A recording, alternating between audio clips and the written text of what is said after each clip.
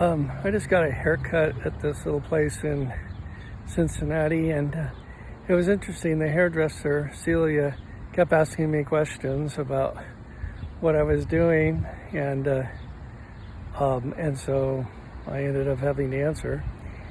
But, so I shared with her about, praying with people across the country, and she listened, and then I asked her the questions about where she was at, and she said that she didn't think God would let her into heaven because she wasn't, she said he shouldn't.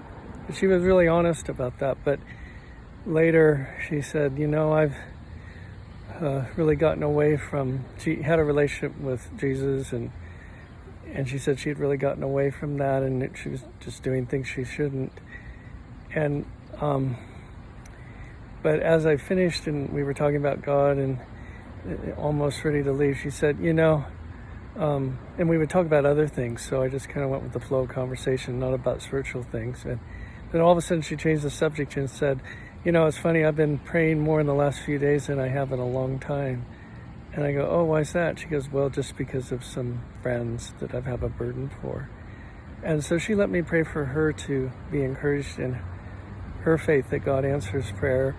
And I just thought it was neat how God opened up this, of all the people I could get a haircut from, how he led me here to this lady who was really needing a timely reminder, someone who knew Christ but had fallen away, of how she could, just come back to him and let her faith not be stolen, because that's what the enemy's doing. He's trying to steal the faith of people. And her name is Celia.